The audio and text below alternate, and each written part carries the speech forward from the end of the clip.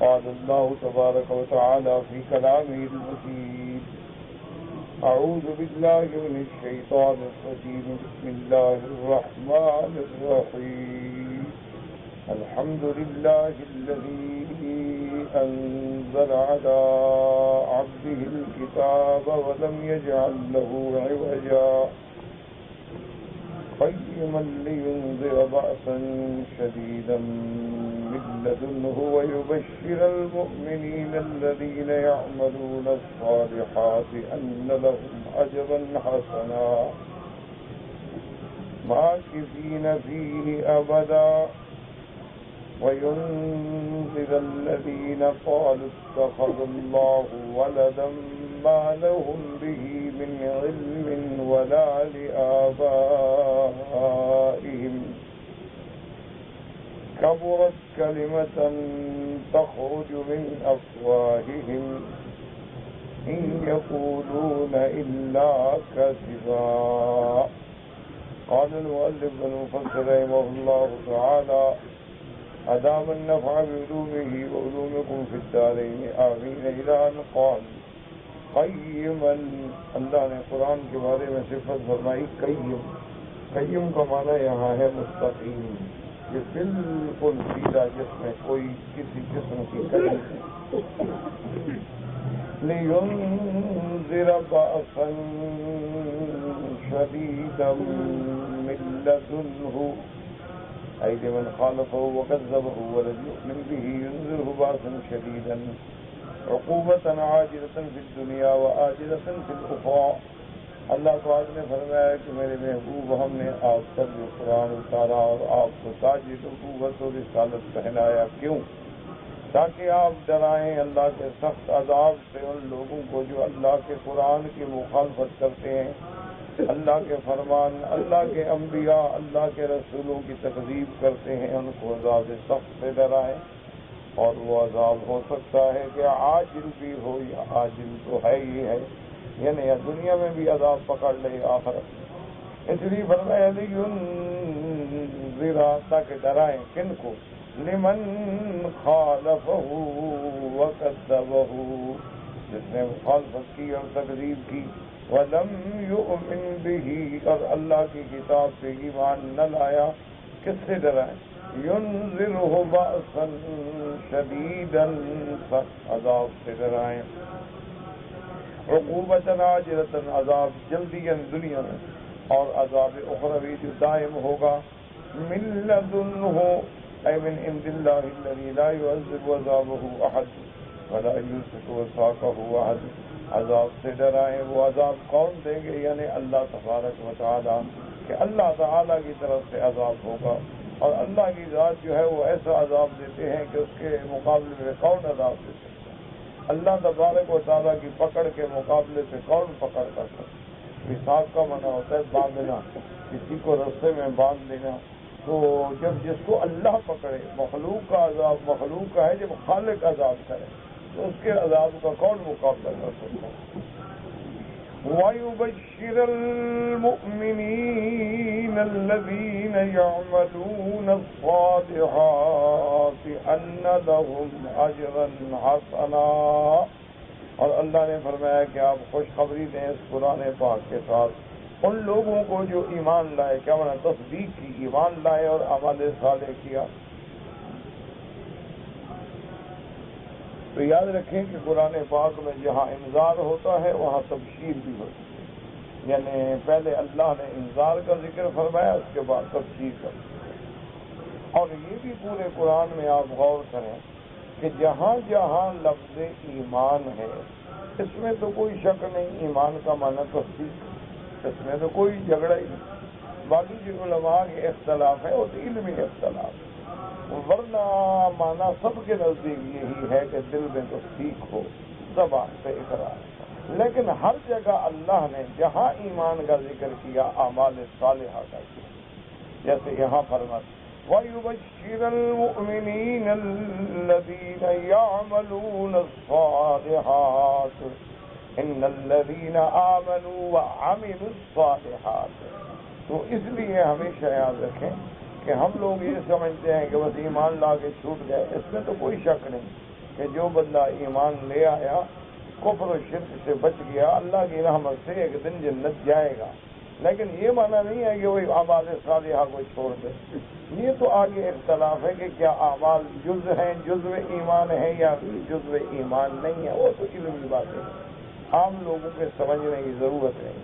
تو عام لوگوں کے لیے تو ایک بات جو ہے آسان سی وہ یہی ہے کہ دل میں تصدیق ہو، زبان پہ اقرار ہو اور پورے اعضاء جو ہیں وہ اس کی گواہی دیں، جس کو محدثین اپنی اصطلاح میں فرماتے ہیں کہ الایمان تصدیق بالقلب و اقرار باللسان و عمل بالارکان۔ کیونکہ ہمیشہ اصول ہے، یاد رکھیں کہ درخت کا پھل جو ہے نا وہ گواہی دیتا ہے۔ آپ دیکھیں گے آم، اچھا بھائی یہ آم کا درخت ہے، یہ اچھا یہ انگور کی بیل ہے، اچھا یہ جامن کا درخت ہے، تو ہر ثمر جو ہے وہ اپنے پھل سے اپنے درخت سے دلالت کرتا ہے۔ تو انسان جب اعمال صالحہ کرتا ہے تو اس کے اعضاء، اس کے جوارح، اس کا سارا بدن اللہ کی اطاعت میں لگتا ہے، تو اب پتہ لگتا ہے کہ واقعی یہ مومن ہے، اللہ پر ایمان لایا ہے تو اللہ کے احکام پہ اپنی چیزوں کو استعمال کر رہا۔ اللہ نے ہمیں آنکھیں دی ہیں تو اللہ کی فرما برداری میں استعمال، اللہ نے ہمیں کان دیے ہیں تو وہ غیبت سننے کے لیے نہیں دیے، وہ کسی کا گلہ سننے کے لیے نہیں دیے ہیں۔ اللہ نے ہمیں ہاتھ دیے ہیں، پاؤں دیے ہیں، آنکھیں دی ہیں، عقل دی ہے، دماغ دی ہے، طاقت قوت طاقت دی ہے، تو یہ ساری کس لیے ہے کہ ان تمام چیزوں کو ہم اللہ کی فرما برداری میں لگائیں۔ اب دیکھو نا یہ آپ ایک ملازم ہے 1000 ریال تنخواہ لیتا ہے یا 800 لیتا ہے یا 2000 لیتا ہے، تو وہ بیچارہ پابند ہے، آپ اس کو جو کہیں گے وہ کرے گا۔ اچھا کبھی کبھی وہ کچھ ایسا کام بھی کرے اپنے عقل سے کہ تیرا فائدہ آپ کو، میں نے آپ سے نہیں، میں جو کہتا ہوں وہ کرو بس، وہ حضرت میں نے تو آپ کے بھلے کے نہیں، تم میرا بھلا نہ سوچو، تمہاری ڈیوٹی ہے، ملازم ہو، ٹائم کے پیسے لیتے ہو، جو میں کہوں گا وہ کرو۔ تو جس اللہ نے پیدا کیا ہے، جو ہمارا مالک ہے، جو ہمارا خالق ہے، اس لیے علماء اولیاء اللہ فرماتے ہیں کہ جب آنکھوں سے کسی غیر محرم پہ نظر پڑے تو فوراً تصور کیا کرو کہ کیا اللہ نے مجھے یہ آنکھیں اسی لیے دی، کیا میں اللہ کی امانت میں خیانت تو نہیں کر رہا، میرے پاس تو آنکھیں اللہ کی امانت ہیں۔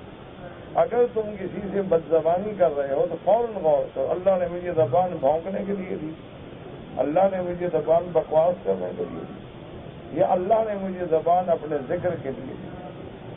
اسی طرح جب آدمی کسی گناہ کی طرف جا رہا ہو تو سوچیے اللہ نے مجھے یہ پاؤں، یہ چلنے کی قوت، یہ طاقت اسی لیے دی۔ آج اگر اللہ مجھے لنگڑا کر دے، آج اگر اللہ میرے اوپر نعوذ باللہ فالج گرا دے، آج مجھے اللہ معذور کر کے بیکار کر دے، بڑے بڑے لوگ ہیں، شیر لوگ ہیں، ٹانگیں نہیں ہیں، پڑے ہوئے ہیں، تو اس وقت میں کیا کر لوں گا؟ اس لیے فرمایا کہ فوراً جب آدمی استحضار کرتا ہے اس چیزوں کا تو گناہ سے بچ جاتا ہے، اللہ تبارک و تعالیٰ پھر اس کو گناہ سے محفوظ ہے، اور جب وہ گناہ سے بچ جاتا ہے تو پھر اللہ کی رحمت آتی ہے۔ اللہ کی اس لیے ہمیشہ یاد رکھیں کہ ہر جگہ حکم ملے گا اتقوا اللہ اتقوا اللہ اتقوا اللہ، کیونکہ صرف نمازیں پڑھنے سے گاڑی نہیں چلتی، اس کے لیے نماز ہے، روزہ ہے، یہ تو مثبت عبادات ہیں، لیکن اصل بات کیا ہے؟ منکرات سے بچنا۔ اصل محنت تو وہاں پڑتی ہے کہ بھائی جوانی ہے، طاقت ہے، مکان ہے، ایک خوبصورت عورت ہے، وہ راضی ہے، وہ گناہ کی طرف بلا رہی ہے، لیکن کہتے نہیں معاذ اللہ، اللہ کی طرف کہ میں زنا کر کے جہنم میں چلے جاؤں، میں اپنے آپ کو جلانے کے لیے عذاب خرید لوں، 5 منٹ کی لذت اور آگے جہنم۔ اور پھر گناہ بھی ایسا، اللہ معاف کرے، اللہ معاف کرے۔ ایک جو روایات میں آتا ہے کہ من زنا زنی بأحد، کہ جس آدمی نے کبھی کسی عورت سے زنا کیا نا اس کے خاندان سے ضرور زنا ہوگا، اللہ سزا دے۔ وہ بڑے غیور ہیں، سب سے بڑا غیرت والا جو ہے وہ اللہ کی ذات ہے۔ ایک بادشاہ کے بارے میں لکھتے ہیں کہ اس نے یہ حدیث جمعہ کے خطبے میں سنی، ایک عالم نے بیان کی، تو اس کے دل میں خیال آیا کہ بھائی اب میں بادشاہ ہوں، سیکورٹی ہے، پہرا ہے، محل ہیں، نکرانیاں ہیں، خادم ہیں، خادمائیں ہیں، میرے گھر کا تو کوئی بندہ پر نہیں مار سکتا باہر، تو میں نے اگر کہیں گناہ کیا ہے تو یہ تو ضروری ہے کہ میرے اہل کے ساتھ بھی گناہ ہو۔ پھر خیال آیا کہ بھئی اگر حضور کی حدیث ہے تو حضور کا فرمان تو غلط نہیں ہوتا۔ انہوں نے وزیر کو بلایا، اس نے کہا جناب، وزیر کو جب بلایا تو اس سے کہا کہ دیکھو میں اپنی لڑکی کو تمہارے ساتھ بھیجتا ہوں، اس کو لے کے تم بازار میں جاؤ، پارکوں میں پھرو، سیر کرو، اور کوئی آدمی اگر چھیڑے تم نے نوٹ کر لینا ہے کہ چھیڑنے والا کون ہے، کہنا کچھ نہیں، اور دور دور سیکورٹی رکھو، کسی کو شبہ نہ ہو، ورنہ ڈر کے مارے کون کرے گا۔ لڑکی کو حکم دیا، اس نے میک اپ کیا، سنگار کیا، بادشاہ کی لڑکی تھی، خوبصورت تھی، جمال تھا، اور چل پڑے، پھرتے پھرتے پھرتے پھرتے کسی نے بھی نہ چھیڑا، تو ایک جگہ سے وہ نکل رہے تھے کہ ایک نوجوان خوبصورت آیا اور یکدم اس نے ایسا تیزی سے حملہ کیا نا، لڑکی کو پکڑا اور بوسہ دیا اور بھاگ گیا۔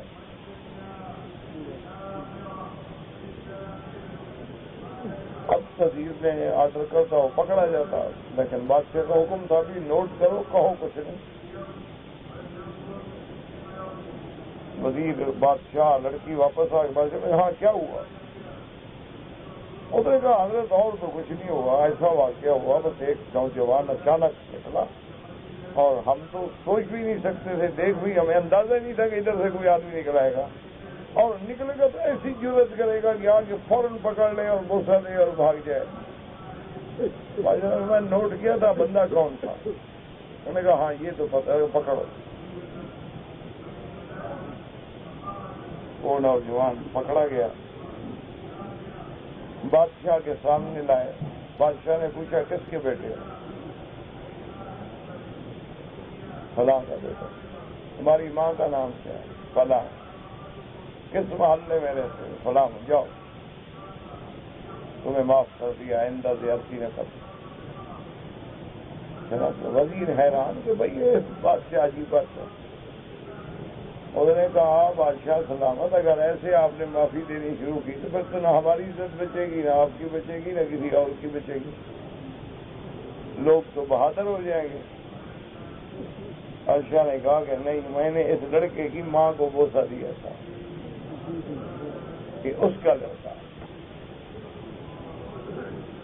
صدق رسول اللہ، اللہ کے نبی کا فرمان سچا ہے کہ میری بیٹی کو اسی کے بیٹے نے بوسہ، اور پورے شہر میں کسی نے نہیں چھیڑا، کیونکہ کسی کو میں نے نہیں چھیڑا تھا، اس کی ماں کو میں نے بوسہ دیا تھا جوانی۔ وہ ہمیشہ یاد رکھیں کہ جب گناہ کی طرف قدم اٹھے تو سوچ لو کہ میری بھی بہنیں ہیں، بیٹیاں ہیں، بیوی ہے، ماں ہے، گھر ہے، خاندان ہے، اقارب ہیں، ارحام ہیں۔ ایک الگ بات ہے کہ گناہوں کی وجہ سے دل میلا ہو جائے، ڈھیٹ ہو جاؤ، لوگ اپنی بیویوں کو خود پیشہ کرواتے، اپنی لڑکیاں جا کے خود پیسے طے کرتے، اپنی بہنوں کو خود پیشے پہ لے جاتے۔ اب اس کا تو کوئی علاج ہے، اس طرح تو دنیا میں کافر بھی ہیں، مشرک بھی ہیں، ہندو بھی ہیں، سکھ بھی ہیں۔ بات ہو رہی ہے ایمان کی کہ اگر تم ماننے والے ہو، بات ان سے ہے کہ اگر تم اللہ کے رسول کو مانتے ہو، اس لیے فرمایا بشیر المؤمن، نہیں مانتے ہو جاؤ، نہ مانو، اللہ کا کیا نقصان۔ اس لیے فرمایا کہ جو نہیں مانتے ان کو تو آپ میرے عذاب سے ڈرا دے، بس سلام علیکم۔ لیکن جو ماننے والے ہیں، جو کہتے ہیں ہمارا ایمان ہے، اللہ حق ہے، قرآن حق ہے، محمد مدنی حق ہے، اللہ کا فرمان حق ہے، احکام حق ہیں، اوامر حق ہیں، نواہی حق ہے، ان سے بات کرو. پھر اگر وہ گناہ کریں گے تو پھر سزا ملے. وَيُبَشِّرُ الْمُؤْمِنِينَ الَّذِينَ يَعْمَلُونَ الصَّالِحَاتِ، اور صیغہ بھی ایسا کہ جو ابھی بھی نیکی کرتے ہیں اور آئندہ بھی، جو ہر حال میں نیک اعمال کرتے ہیں.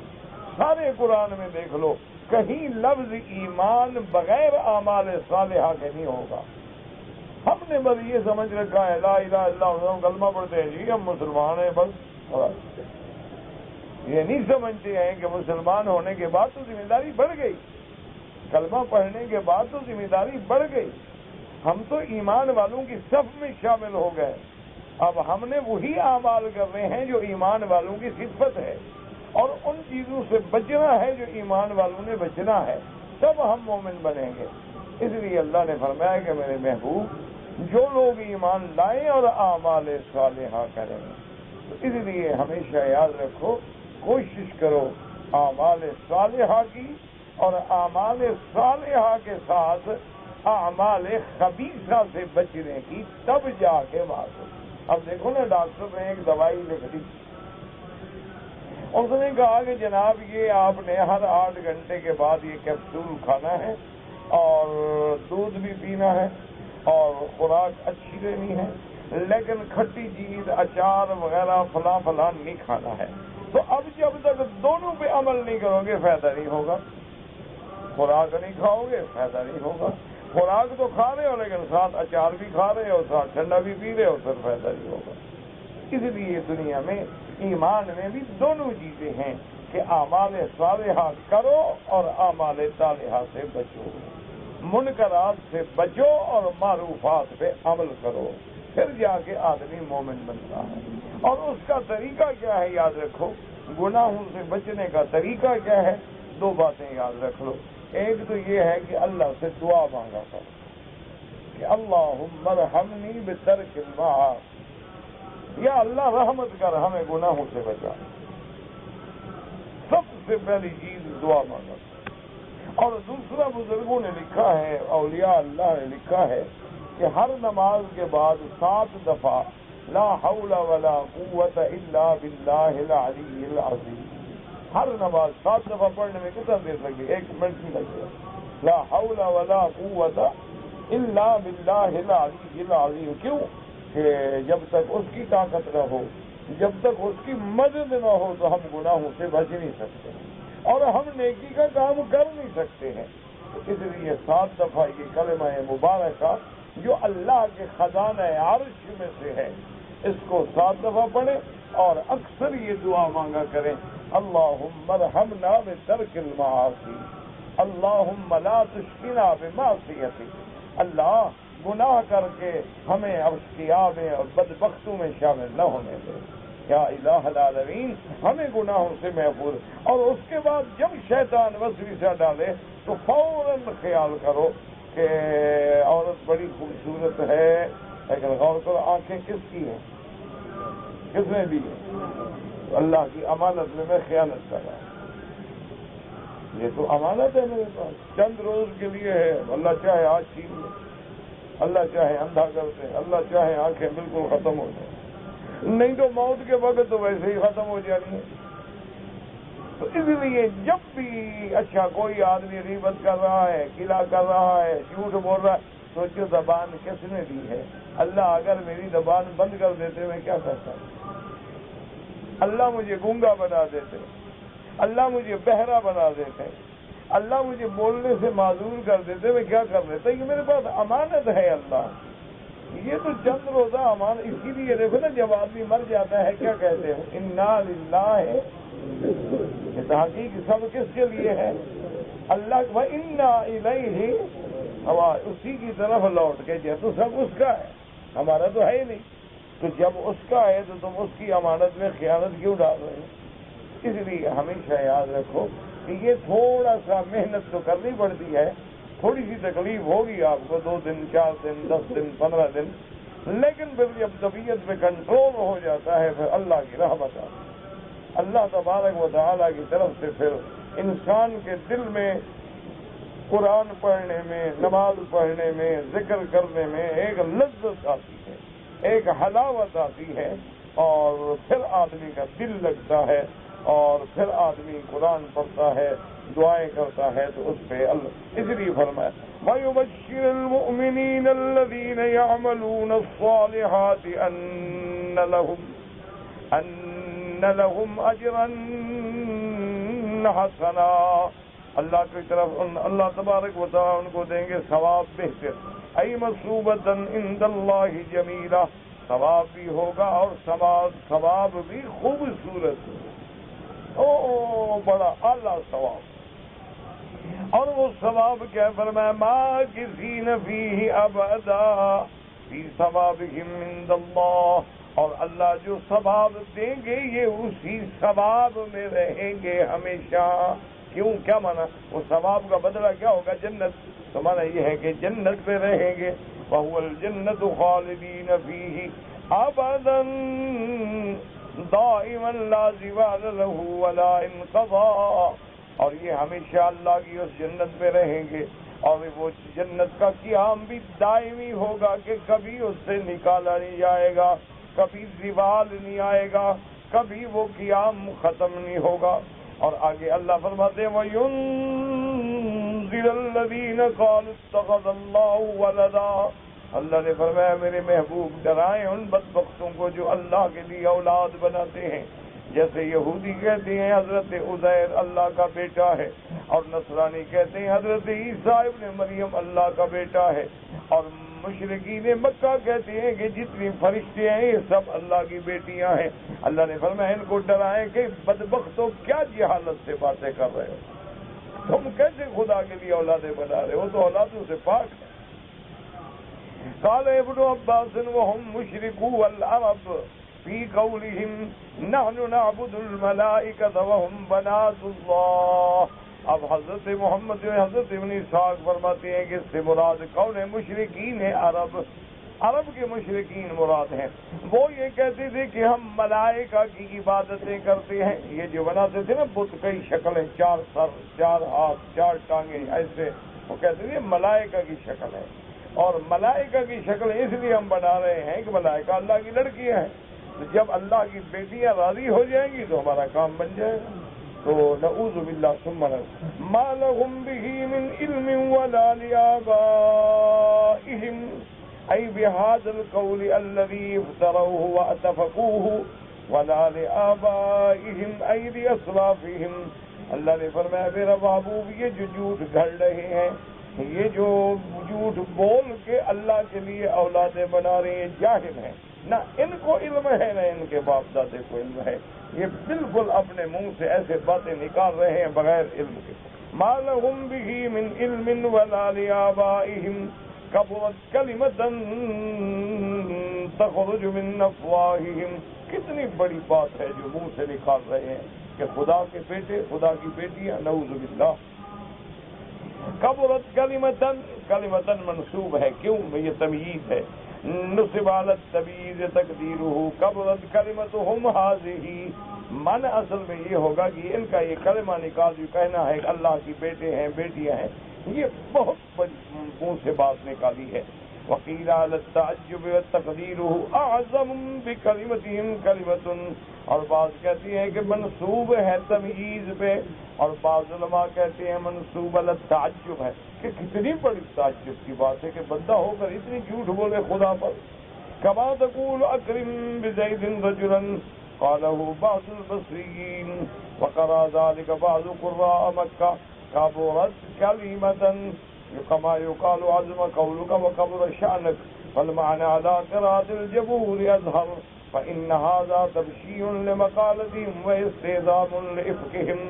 بعض علماء نے فرمایا کہ یہ تعجب کے لیے ہے، بعض قراء مکہ کہتے ہیں کبرت کلمہ کما یقال عظم قولک، تیرا قول بہت بڑا، وکبر شانک، تیرا شان بہت بڑا، لیکن مفسر فرماتا ہے کہ وہ پہلی قرات جمہور جو ہے وہ زیادہ راجح ہے، کیونکہ مقصد یہ بیان کر رہا ہے کہ کتنی بری بات نکالی ہے، تبشیع کلمتہم، کہ تم نے کتنا برا کلمہ نکالا، وَإِسْتِئْذَامٌ لِّإِفْكِهِمْ، اور کتنا بڑا جھوٹ بولا ہے کہ خدا پہ جھوٹ بولتے ہو، خدا کی اولادیں اور خدا کی بیٹیاں بناتے ہو۔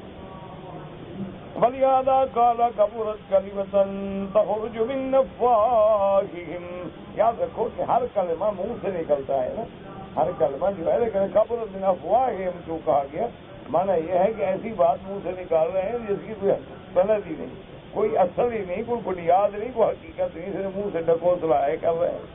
اس لیے فرمایا كَبُرَتْ كَلِمَةً تَخْرُجُ مِنْ أَفْوَاهِهِمْ أي ليس لها مستند سوى قولهم، بس ان کی اپنی بات ہے ورنہ کوئی دلیل تو ہے نہیں۔ ولا دلیل لهم عليها الا كذبهم وافتراءهم، ان کے پاس کوئی دلیل نہیں، کوئی حجت نہیں مگر جھوٹ، مگر افتراء جو انہوں نے اللہ کی ذات پہ گھڑا ہے، ورنہ اللہ کی ذات منزہ ہے، اللہ کی ذات پاک ہے۔ قل هو الله احد الله الصمد الذي لم يلد ولم يولد ولم يكن له كفوا احد، وہ ایسی ذات ہے، وہ احد ہے، وہ صمد ہے، الذي يحتاج الیہ كل احد وهو غنی من كل احد، وہ سب سے غنی ہے اور سارا خلق اس کا محتاج ہے، سارا خلق اس کی مخلوق ہے، اس کی مملوک ہے، اس کی عبید ہے۔ اس لیے اللہ نے فرمایا ایسی باتیں جھوٹ کہہ رہے ہیں جن کی کوئی دلیل نہیں۔ فَلِهَٰذَا قَالَ إِن يَقُولُونَ إِلَّا كَذِبًا، یہ نہیں کہہ رہے ہیں مگر جھوٹ۔ وقد ذكر محمد بن إسحاق سبب نزول هذه السورة الكريمة فقال حدثني شيخ من أهل مصر قدم علينا منذ بضع وأربعين سنة عن إكرمة عن ابن عباس قال بعثت قريش النضر بن الحارث وعقبة بن أبي معيط إلى أحبار يهود بالمدينة فقالوا لهم، ابو بکر رحمۃ اللہ علیہ فرماتی ہیں کہ محمد بن اسحاق نے اس صورت مبارک کے نزول کا شان، اسباب کے کیوں کیسے نازل ہوئی، ان واقعات کے مطابق نازل ہوئی، وہ فرماتی ہیں، روایت کرتے ہیں، حدثنی شیخ، ایک بزرگ تھے مصر میں، کہتے ہیں کہ 40 سال تقریباً 40 اور کچھ اوپر آئے، انہوں نے کہا کہ حضرت ابن عباس رضی اللہ تعالیٰ عنہ نے فرمایا کہ کفار قریش نے نضر ابن الحارث، عقبۃ ابن معیط، یہ کافر مکہ مشرکین کے سردار تھے اور دشمن محمد الرسول اللہ صلی اللہ علیہ وسلم کے، قریش مکہ نے مشورہ کر کے ان کو بھیجا کہ مدینہ منورہ جائیں اور یہود کے علماء سے ملیں اور پوچھیں کہ بھئی اللہ کے نبی کے بارے میں بتاؤ ہم کیا کریں۔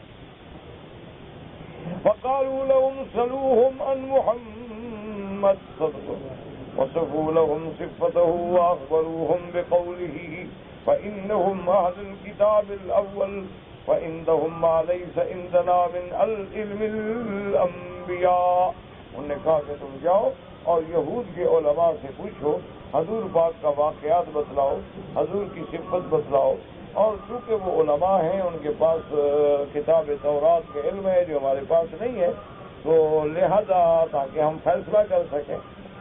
قال فخرج، وہ دونوں چلے، حتی اتیا المدینہ، وہ مدینہ منورہ میں آئے، فسالوا احبار یہود رسول اللہ صلی اللہ علیہ وسلم ووصفوا لهم امره وبعد قوله، وہ دونوں نضر ابن الحارث اور عقبۃ ابن معیط احبار یہود مدینہ منورہ والوں کے پاس آئے، حضور کی صفت بیان کی اور حضور کی بعض باتیں بھی ان کو بتلائیں کہ اللہ کا نبی یہ فرماتی ہے، وقالا انکم اہل التوراۃ وقد جئناکم لتخبرونا عن صاحبنا ھذا، انہوں نے کہا ہم تمہارے پاس مکے سے چل کے آئے ہیں کیونکہ تم علماء ہو، اہل کتاب ہو، تورات کے علم رکھتے ہو، تم ہمیں بتلاؤ اس محمد عربی صلی اللہ علیہ وسلم کے بارے میں۔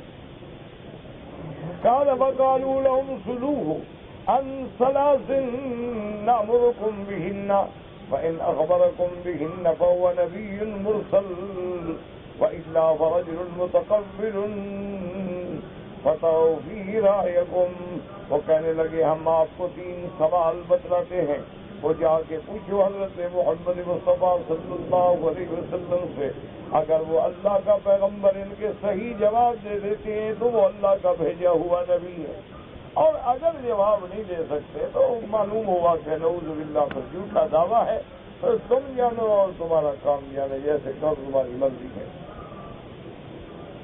صلوه عن فتية ذهبوا في الدار الأول ما كان من أمرهم، ایک دو ان سے یہ پوچھو کہ پہلے دور زمانے میں کچھ نوجوان تھے جو اپنا ملک چھوڑ کے نکلے تھے، وہ کون ہیں، ان کا کیا واقعہ ہے؟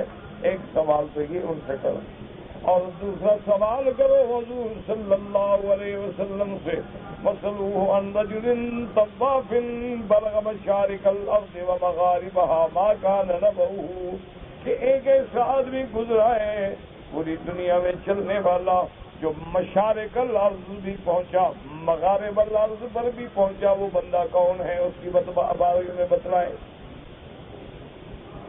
قال وصلوه عن الروح، اور تیسرا سوال یہ ہے کہ حضور سے پوچھیں کہ روح کیا چیز ہے، ما ہوا یہ روح جو آپ کہتے کیا ہے؟ فإن أخبركم بذلك فهو نبي فاتبعوه، اگر وہ آپ کو بتلا دیں اس کا معنی یہ ہے کہ پھر وہ سچے نبی ہیں، تم ان کی اتباع کرو۔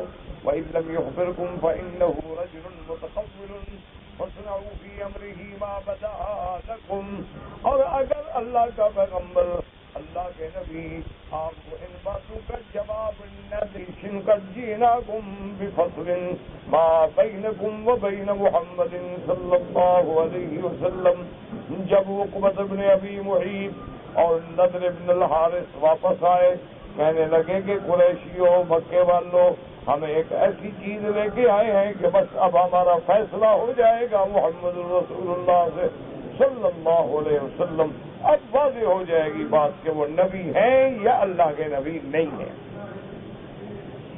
اس کے بعد جناب فرماتے ہیں کہ پھر وہ آئے، وَقَدْ أَمَرَنَا أَحْبَارَ يَهُودٍ، کہ ہمیں علماء یہود نے یہ کہا ان نسألہ عن امور فاخبروہم بها، فجاءوا رسول اللہ صلی اللہ علیہ وسلم، اب قریش کے سردار اکٹھے ہو کے حضور کی خدمت میں آ گئے، فقالوا یا محمد اخبرنا، فسألوه اما امروہم به، انہوں نے وہ سوال کیے، فقال لهم رسول اللہ صلی اللہ علیہ وسلم اخبركم غدا اما سألتم عنہ ولم یستثنی، حضور نے جب سوال سنے آپ نے فرمایا میں کل جواب دوں گا، لیکن حضور نے انشاءاللہ نہ کہا، بس اللہ کی مرضی ایسے تھی کہ حضور صلی اللہ علیہ وسلم، اور یہیں سے یہ بھی پتہ چلا کہ عالم الغیب والشہادہ اللہ کی شان ہے،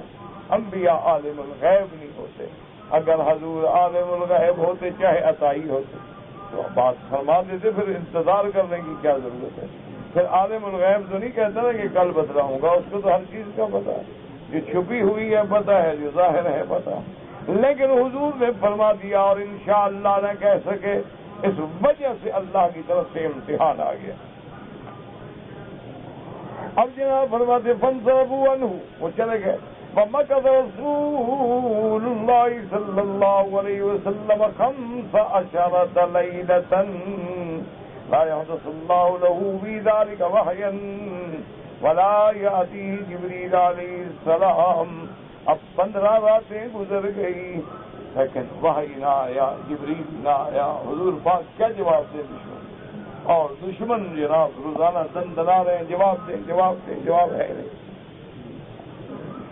حتی ارجف اہل مکہ وقالوا وعدنا محمد غدا، حتیٰ کہ مکے والے جو تھے وہ زیادتی پہ اتر آئے، کہنے لگے کہ حضور نے فرمایا تھا کل جواب دوں گا، والیوم 15، آج 15 دن گزر گئے، غضبانا فیہ لا یخبرنا بشیء اما سألناہ عنہ، وحتی حضر رسول اللہ صلی اللہ علیہ وسلم مکثل واہیا وشق علیہ ما یتکلم به اہل مکہ، اب مکے والے کہنے لگے کہ حضور نے فرمایا تھا کہ میں کل جواب دوں گا، 15 دن گزر گئے لیکن حضور نے جواب نہیں دیا، تو اب کیا کیا جائے؟ اور حضور پہ بھی اتنا غم کا پہاڑ ٹوٹ پڑا کہ وحی رک گیا، جبریل آیا نہیں، حضور کیسے جواب؟ اللہ اکبر۔ اور جو مکے والے باتیں کریں پھر حضور پاک پہ جو گزری وہ تو پھر اللہ کے پیغمبر جانتے۔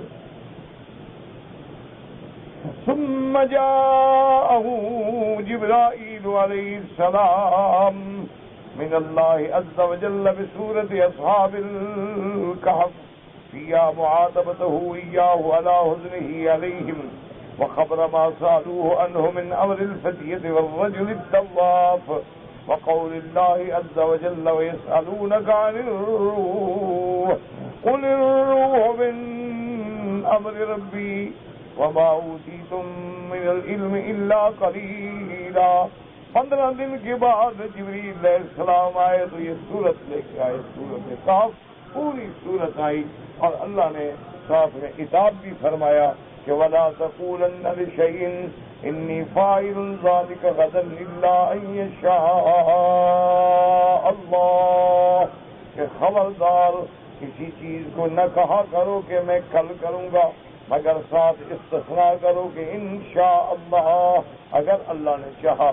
اس لیے تاخیر ہو گئی تاکہ عتاب ہو، اختبار ہو، امتحان ہو محمد رسول اللہ صلی اللہ علیہ وسلم کا.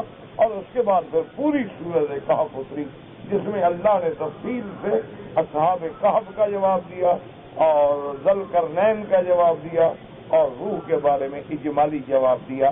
تو شان نزول جو ہے سورت کا وہ یہ ہے کہ اس سبب میں اللہ نے یہ سورت نازل فرمائی. واللہ اعلم. کہتے ہیں جی کہ بعض لوگ جو ہیں چھوٹے بچوں کو نماز میں صف میں اپنے ساتھ کھڑا کرتے ہیں. میرا بھائی یہ بات غلط ہے، خلاف سنت ہے. حضور صلی اللہ علیہ وسلم کا حکم ہے کہ سب سے پہلے مردوں کی صفیں ہوں، اس کے بعد بچوں کی صفیں ہوں، اور سب سے آخر میں جو ہے وہ عورتوں کی صفیں. جو ترتیب ہے حدیث مبارک میں وہ یہ ہے کہ پہلے مرد ہوں، اور مردوں میں بھی ترتیب یہ ہے کہ جو علماء ہیں، اہل علم ہیں، سمجھدار ہیں، ان کو تقدیم کیا جائے، ان کو زیادہ موقع دیا جائے کہ وہ زیادہ قریب ہیں. اچھا، بعض اوقات یہ ہوتا ہے کہ آدمی مجبور ہے، باہر کے ملک سے آیا ہے اور چھوٹے بچے ہیں، وہ اتنا بڑا حرم ہے، اگر آگے پیچھے ہو جائیں، اب ان کو وہ پیچھے سب میں کھڑا کر دیا، بچے کھیل رہے ہیں بھاگ گئے، تو کہاں ڈھونڈیں گے؟ تو بعض لوگ جو ہیں وہ مجبور ہیں، لیکن ان کو بھی یہ کرنا چاہیے کہ اپنے چھوٹے بچوں کو صفوں میں نہ کھڑا کریں، آگے بٹھا دیں، اپنے قریب بٹھا دیں، آگے کھڑا کر دیں اور ہدایت کر دیں کہ بیٹا یہاں کھڑے رہو، یا چلو تم بھی پڑھتے رہو نماز جیسے تمہیں آتی ہے. لیکن یہ ہے کہ صفوں کے درمیان میں کھڑا کر کے فاصلہ کرنا. اچھا، پھر بعض اوقات یہ بھی ہوتا ہے بچہ بھاگ گیا، وہ صف میں کھڑے کھڑے بھاگ گیا، تو اب جگہ خالی ہو گئی. تو اس لیے لازم ہے کہ ہر بندہ احتیاط کرے. دیکھو نا، یاد رکھو یہ مسائل ایسے ہیں کہ صرف مولویوں سے نہ کہلایا کرو. مولوی تو کہتے کہتے بیچارے ہماری تو زبانیں خشک ہو گئی. یہ تو مسائل وہ ہیں کہ ہر بندہ ان پہ خود کوشش کرے. جب تک ہر فرد میں شعور پیدا نہیں ہوگا. اب دیکھو نا، مثلا جمعہ کی نماز پڑھ کے ہم جاتے ہیں نا یہ نیچے سے گاڑی پہ بیٹھنے کے لیے، تو اتنا ہارن کا، گاڑیوں کے ہارن کا اتنا شور ہوتا ہے، اللہ معاف کرے، معلوم ہوتا ہے کان پھٹ جائے. 100 گاڑی، 200 گاڑی، سب ہارن کیسے بجا رہے ہیں لوگ. اچھا، اور باہر کے ملکوں میں آپ جائیں نا، 2 مہینے آپ ساری دنیا پھرتے رہے، آپ کو ہارن کی آواز ہی سنائی نہیں دے گی. وجہ کیا ہے کہ ہر بندہ سمجھدار ہے. کبھی ہارن کیوں بجا ہوا؟ اور میرے یہ سڑک جو ہے اس میں 6 ٹریک ہیں یا 4 ہیں، یہ اتنی سپیڈ کی ہے، یہ اتنی کی ہے، یہ اتنی کی ہے، ہر آدمی اپنے ٹریک میں جا رہا ہے، کسی کو ہارن بجانے کی ضرورت. اچھا، ابھی آگے اشارہ بند ہے تو جو بندہ کھڑا ہے وہ اس نے کوئی ہوٹل تو نہیں کھولا ہوا ہے، جب اشارہ کھولے گا وہ بھی تو چلے گا. پیچھے والا جو ہارن دے رہا ہے پاگل کا بچہ، وہ کیا کر رہا ہے بھائی؟ جب اشارہ کھلے گا تم چلنے کے لیے کھڑے تو اس نے وہاں ہوٹل کھولا ہوا ہے، اس نے رہنا ہے، کھانا کھا رہا ہے، وہ بھی تو چلنے کے لیے کھڑا ہے، جب کھلے گا سب چل پڑے. لیکن کیا ہے کہ چونکہ آمد الناس میں وہ شعور و علم نہیں ہوتا ہے تو اس قانون پہ عمل نہیں ہوتا. آپ دیکھیں نا مثلاً کہ آپ ایک بڑا اچھا گھر لے لیں، ایک اچھا ویلا لے لیں، اچھا فلیٹ لے لیں، لیکن اگر گھر میں بیوی جو ہے ہماری ماشاءاللہ وہ پوہڑ ہو، وہ جنگلی ہو، تو 15 دن کے بعد انشاءاللہ وہ آپ کا جو ویلا ہے نا وہ چڑیا خانہ بنا ہوا ہے. کہیں آٹا پڑا ہوگا، کہیں گندم پڑی ہوگی، کہیں رضائی ادھر پڑی ہوگی، شلوار ادھر پڑی ہوگی، ٹوپی ادھر پڑی ہوگی، قمیص ادھر لٹک رہا ہوگا، کہیں لکڑیاں پڑی ہوں گی، کہیں کمبل پڑا ہوگا، سارا گھر چڑیا خانہ بن جائے. اور ایک عورت گھر میں مہذب ہو، ہر چیز ترتیب ہو،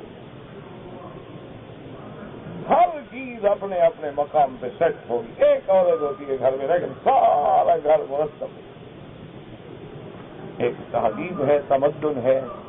اور نہ ہو تو پھر اس کا، اور یہی حال ہمارا مسلمانوں کا ہے کہ نماز پڑھنے تو آ گئے سارے، لیکن نماز کے آداب کیا ہیں، صفوں کے آداب کیا ہیں، نماز میں کھڑے ہونے کے آداب کیا. ابھی آپ عشاء کی نماز ہوگی نا، ایمانداری کی بات ہے، ٹھنڈے دل سے دیکھ لیں، کوئی تو کیا ہے،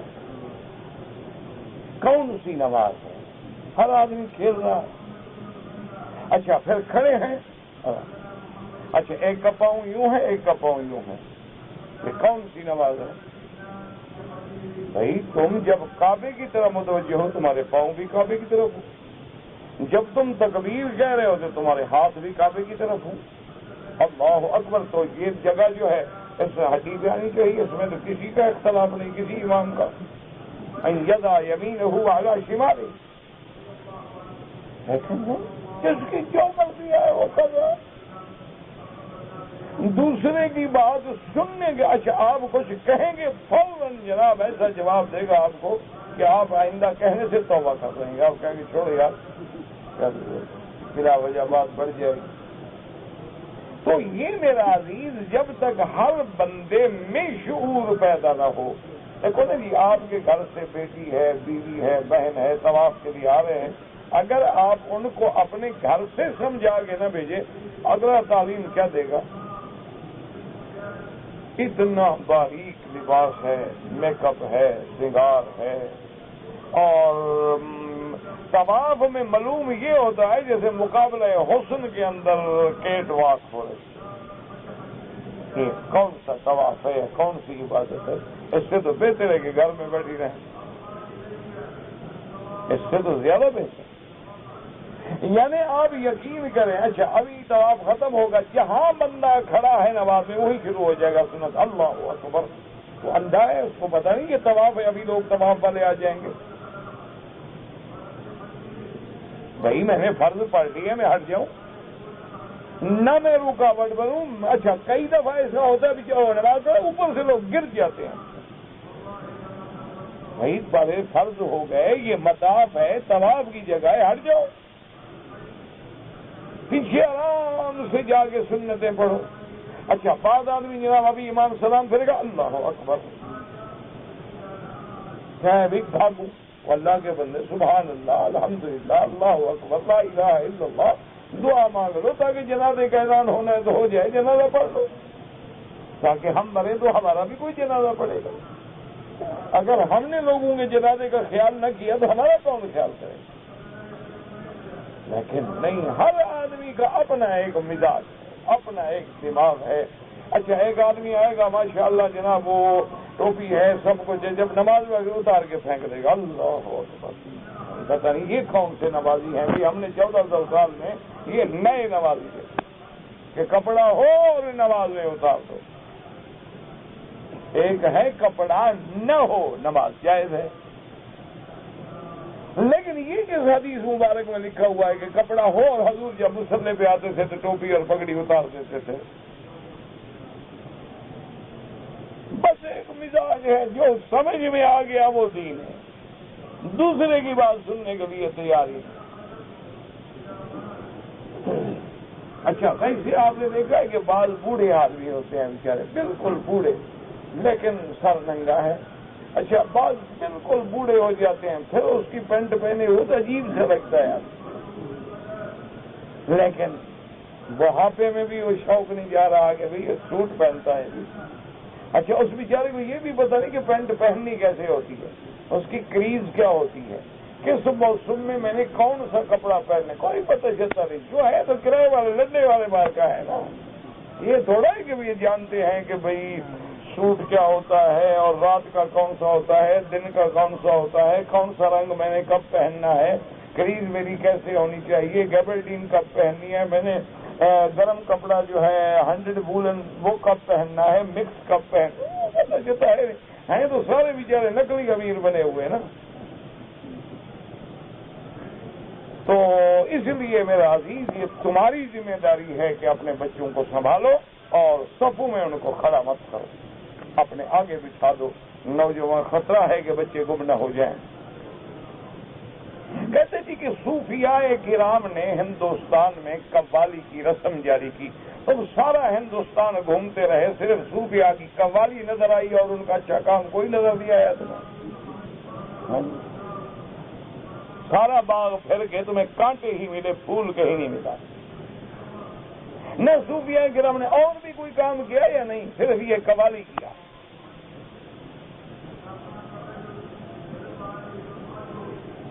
انا للہ و انا الیہ راجعون. بہرحال قوالی شرعاً ناجائز ہے اور کسی صوفیاء کرام نے حکم نہیں دیا قوالی کرو. بعض صوفیاء کرام نے جو سما کا کہا ہے وہ یہ تمہاری قوالیاں نہیں ہیں، وہ نعت سننے کی بات ہے. اور بعض صوفیاء کرام مجبور تھے کہ جب انہوں نے ہند میں کام کیا تو وہاں ہندوؤں کا اثر تھا، اور ہندو جو ہے بغیر گانے بجانے اور بھجن کے قریب نہیں آتے تھے. ان کو بعض بزرگوں نے قریب لانے کے لیے کچھ ایسے انتظامات کیے کہ قریب تو آئے، پھر ان کو کلمہ پڑھوا دیں گے، آگے جا کے جان چھوٹ جائے گی. تم نے اس کو فتویٰ سمجھ لیا. اور دوسری بات یہ بھی یاد رکھو کہ تمام علماء کا یہ فتویٰ ہے کہ کلام صوفیاء در شریعت حجت نیست. صوفیاء کا کلام شریعت میں حجت نہیں ہوتا، لیکن ہمیں ان پہ اعتراض کرنے کا بھی کوئی حق نہیں کہ وہ اللہ والے تھے، انہوں نے لاکھوں کو مسلمان کیا. اگر ان میں کوئی خطا تھی تو اللہ معاف فرمائے، اللہ ان کے درجات کو بلند فرمائے. پتہ نہیں وہ خطا ان بیچاروں نے کیوں اختیار کی، اس کی کیا وجہ تھی، یہ ایک راز ہوتا. ملا جیون بڑا مشہور عالم گزرے ہیں، بڑی کتابیں ہیں ان کی اور بڑا بہت گہرے علماء میں سے تھے. بادشاہ مرید تھے. تو ایک دفعہ اتفاق سے وہ اس دارالخلافہ میں آئے تو خیال آیا کہ بادشاہ شاگرد ہے، مل لوں. بادشاہ کو جا کے ملے. جب جانے لگے تو بادشاہ نے اس دور میں 2 آنے ہدیہ پیش کیا، ایک 2 انی 2 آنے ہدیہ. عالمگیر جیسا بادشاہ. اور استاد نے بھی بالکل بے تکلفی سے دے دیا. کچھ عرصے کے بعد جو بادشاہ نے پوچھا میرے استاد کا کیا حال ہے، انہوں نے کہا جی آپ تو آپ کے بہت بڑے ذمہ دار ہو گئے، بڑی زمینیں ہیں، بڑے فصل ہیں، وہ تو بڑے امیر بن گئے.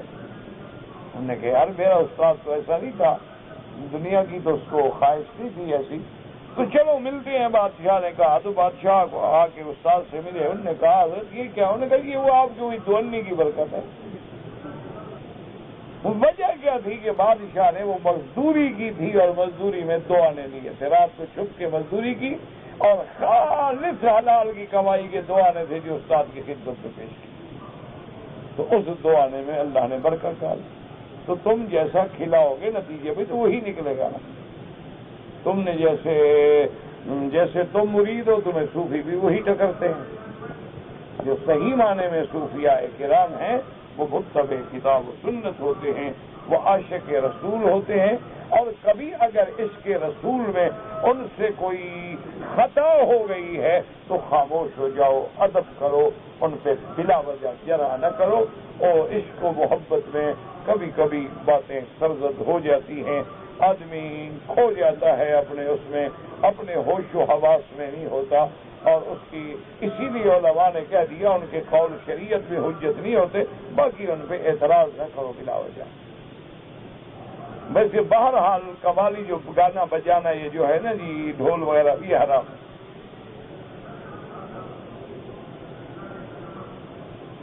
کہتے جی کہ حرم شریف میں اکثر مسجدوں میں جمعہ کے دن خاص طور پہ لوگ جو ہیں راستے میں کھڑے ہو جاتے ہیں۔ یہی تو رونا رو رہے ہیں نا کہ لوگوں کا فرض ہے نا کہ دروازے نہ روکیں، راستہ نہ روکیں اور لوگوں کے لیے راستہ آخر تک کھلا رکھیں۔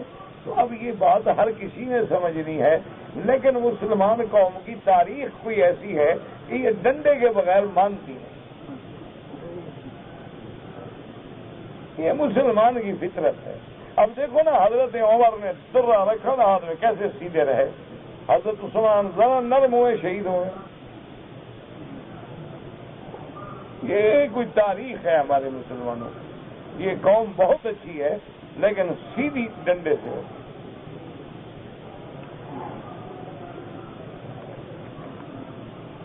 قد جاءکم من اللہ نور و کتاب مبین، نور سے مراد قرآن ہے۔ انزلنا الیک نورا مبینا واتبعوا النور الذی انزل معہ۔ تو جب قرآن میں دوسری جگہ تفسیر موجود ہو تو اور ترجمہ ہو ہی نہیں سکتا۔ اگر کوئی آدمی استہزاءً حمام کو حمام شریف کہتا ہے کچھ بھی نہیں ہوگا،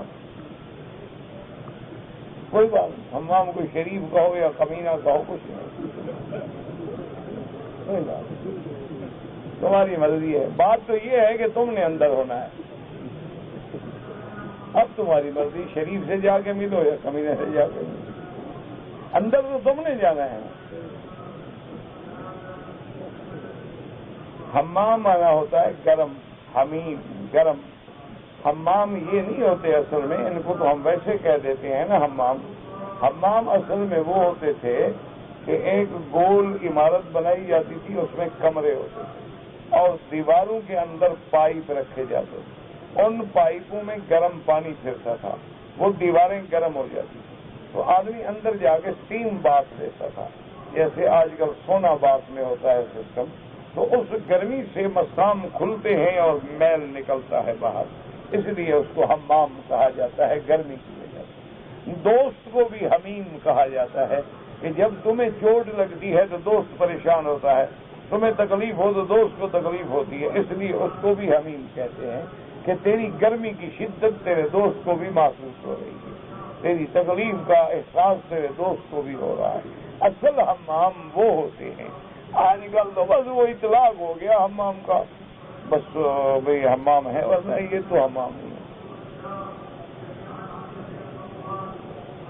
کہتے جی کہ رکن یمانی پر ہاتھ لگانے کے بعد ربنا آتنا پڑھتا ہوں، پر ضرور شریف پڑھو، جو مرضی ہے پڑھو، کوئی منع نہیں، لیکن روایات میں یہ ہے کہ جب رکن یمانی پہ ہاتھ لگاؤ بسم اللہ اللہ اکبر وللہ الحمد اللہم انی اسألک العفو والعافیہ ربنا آتنا فی الدنیا حسنۃ وفی الآخرۃ حسنۃ وقنا عذاب النار۔ ویسے تمہیں جو بھی دعا یاد ہو، حتیٰ کہ عربی دعا نہ آئے اپنی زبان میں مانگو، اللہ تو سب کی زبانیں جانتے ہیں، سب بولیاں جانتے ہیں، کوئی خاص پابندی نہیں ہے۔ کہ سعودی عربی عورت جو ہے اجمی مرد سے شادی نہیں ہوتا، کیوں نہیں ہوتا؟ بالکل ہوتا، کیوں نہیں کہا نہیں ہوتا؟ کتنی سعودی لڑکیوں کی شادی جو ہے غیر سعودیوں سے ہوئی، کتنے غیر سعودیوں کی شادی سعودیوں سے ہوئی۔ معنی یہ ہے کہ حکومت کا قانون ہے کہ وہ اجازت دے، یہ تو نہیں کہ نہیں ہوتا، شریعت میں حرام تو نہیں کیا انہوں نے کہا اجازت لے لے تاکہ اپنے ملک کی بچیاں جو ہیں وہ بیٹھی رہیں اور لوگ باہر سے شادیاں کرتے رہیں، اس لیے وہ تھوڑا حالات دیکھتے ہیں، کبھی رشتہ داری ہے، قبیلہ ہے، مجبوری ہے، اجازت دے دو، اور اگر نہیں ہے تو نہ دو، تاکہ مقامی لڑکیوں سے شادی کریں کہ گھر کی بیٹیاں بیٹھی رہیں اور باہر سے جا کے شادی کرتے رہو کہ چلو جی باہر تو اللہ معاف کرے سستا کام ہو جائے گا اور یہاں تو خرچ کرنا پڑے گا۔ اس لیے ایک نظام ہے، انتظام ہے، شرعاً حکم تو نہیں دیا انہوں نے کہ شادی نہیں ہو سکتی، کئی لوگ ہیں اجازت لے کے شادی کرتے ہیں۔ اگر بازار سے کبوتر خریدوں تو گھر میں ذبح کروں، بالکل ذبح کروں۔ پالتو کبوتر ہیں، بکتے ہیں، خریدے، مرغیاں نہیں خریدتے ہو تو مرغی خریدنے میں حلال ہے تو کبوتر میں کیا ہو گیا؟ جو مسئلہ مرغی کا ہے وہی کبوتر کا ہے، وہ حلال ہے تو یہ بھی حلال ہے۔ میں نے جنازے کی 2 تکبیریں آخری میں ملا تو جب امام سلام پھیرے جلدی سے کہہ دو اللہ اکبر اللہ اکبر السلام علیکم، تکبیریں پوری کر لو۔ کعبۃ اللہ کے دروازے پر جو لوگ عطر لگاتے ہیں، بعض لوگ آ کے ہاتھ لگاتے ہیں، وہ عطر لے جاتے ہیں، کوئی حرج نہیں۔ تمہیں کعبے نے شکایت کی ہے کہ میرے عطر لے جاتے ہیں؟ لگائے، ہاتھ لگائیں گے، ہاتھوں کو بھی لگے گا، لگانے والا اور لگا دے گا، کیا فرق ہے؟ تم فکر نہ کرو، تم لگانے والے نہیں ہو، لے جانے والے نہیں ہو، تمہیں کیا تکلیف ہے؟ کی نماز افضل ہے، سب نمازیں افضل ہیں، رفع یدین فرائض میں نہیں ہے۔ اصل نماز وہ افضل ہے جو اللہ نے قبول فرما لی۔ اللہ کہتے ہیں انزل علی عبدہ الکتاب، کتاب کہا ہے نا، سورت تو نہیں کہا اللہ کے بندے۔ اب اس کا میں کیا کروں گا؟ سوال تو تمہیں آ گیا کہ نزل انزل کا کیا فرق ہے، آگے کتاب نہیں آ رہا ہے۔ عجیب آدمی ہے، بس اللہ رحمت فرمائے۔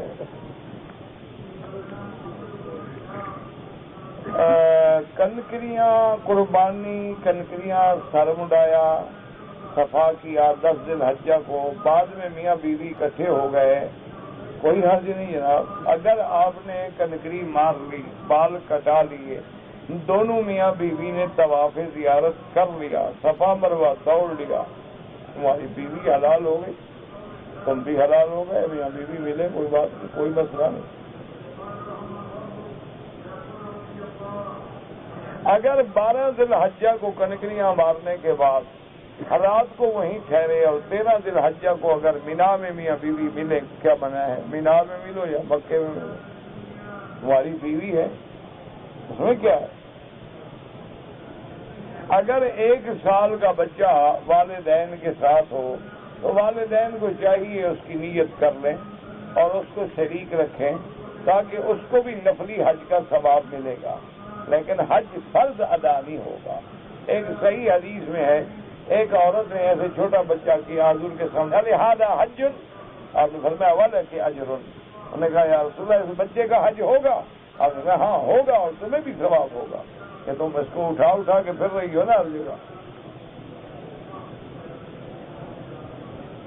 اگر ایک آدمی نماز جمعہ کے لیے اٹھا، اس کو احتلام تھا، خطبہ شروع ہو چکا تھا، تو تیمم کر کے نماز پڑھے، بالکل غسل کرے، پانی جب موجود ہے تیمم جو کرے، اور تمہارا جمعہ میں پہنچنا کون سا ضروری بات ہے؟ ظہر پڑھ لو، کیا ہو؟ یہ تھوڑا ہے کہ پلیت نماز پڑھ لو جمعہ نہ کیا ہے، وہاں بھائی جمعہ کی اچھی پابندی کر رہا ہے کہ جمعہ تو پڑھے لیکن ہے پلیت۔ میں چاہتا ہوں کہ اللہ کا خاص بندہ بن جاؤں اور اولیاء اللہ کی صف میں شامل ہو جاؤں، بالکل آسان بات ہے۔ ان اولیاءہ الا المتقون، الا ان اولیاء اللہ لا خوف علیہم ولا هم يحزنون الذین آمنوا وکانوا یتقون۔ بس تم متقی بن جاؤ، گناہ چھوڑ دو، ولی بن جاؤ، مشکل مسئلہ ہی کوئی، تمام حرام چھوڑ دو، گناہ چھوڑ دو، صدق مقال ہو، عقل حلال ہو، کھانا حلال ہو، زبان سے سچ بولو، گناہ چھوڑ دو، اپنی نظر کو گناہوں سے، عورتوں سے، لڑکوں سے بچا لو، بس تم اللہ کے ولی ہو۔ ولی بننا کوئی مشکل نہیں ہے، بڑا آسان ہے۔